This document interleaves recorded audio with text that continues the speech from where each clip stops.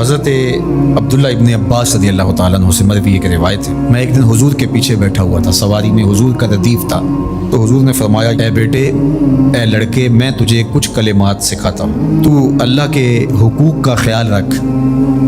تو وہ تیری حفاظت فرمائے گا، تو اللہ تعالیٰ جل شانہ کے احکام کی حفاظت کر تو اسے اپنے سامنے پائے گا۔ اذا سألت فاسأل اللہ، جب سوال کرے تو اللہ سے ہی سوال کرے، اللہ سے مانگنے کا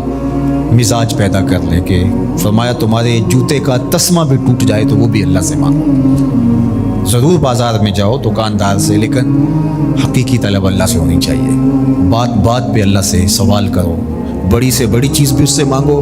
چھوٹی سے چھوٹی چیز بھی اسی سے طلب کرو۔ ہماری ساری ضرورتوں کا کفیل ہمارا رب، ہمارا مالک ہے۔ تو دوسری نصیحت یہ کی کہ جب تو استعانت طلب کرے، مدد طلب کرے تو اللہ سے ہی استعانت طلب کرے۔ وعلم، اور جان کہ اگر ساری امت، سارے لوگ، پوری قوم جمع ہو کے تمہیں فائدہ پہنچانے کی کوشش میں لگ جائیں تو تمہیں وہی فائدہ پہنچا سکتے ہیں جو تیرے لیے تیرے رب نے لکھا ہے۔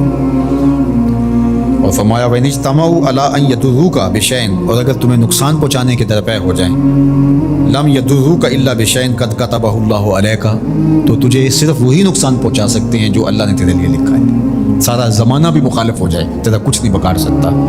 ہاں، تیرے مقدر میں اگر کوئی چیز، کوئی بگاڑ لکھا ہے تو وہ ہوگا، اس کا ذریعہ وہ بن جائیں گے، تو اس لیے پھر اسی سے مانگو، اسی سے طلب کرو۔ رفعت الاقلام وجفت الصحف، جو لکھنا تھا اللہ نے لکھ دیا، لکھنے کے بعد قلم اٹھا لیا گیا اور جن صحیفوں پہ لکھا تھا وہ خشک ہو گئے، اب کتابیں بند ہیں، تو اس لیے اس نے تیرے لیے جو لکھا ہے وہ ہو کے رہے گا، تو خام خواہ لوگوں سے ڈرنے کی ضرورت نہیں ہے، اور تیرا فائدہ، تیرا نقصان اسی کے دستے قدرت میں ہے، تو اسی سے طلب کر، اسی سے مانگ۔ اور فرمایا تو اللہ تعالیٰ جل شانہ کو رخاء میں، خوشحالی میں یاد کر، یعرف کا فی الشدہ،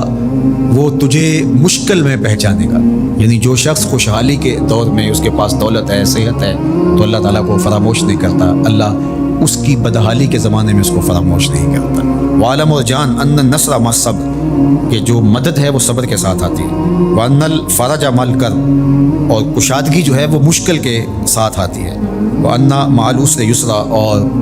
سہولت جو ہے وہ مشقت برداشت کرنے کے بعد آتی ہے،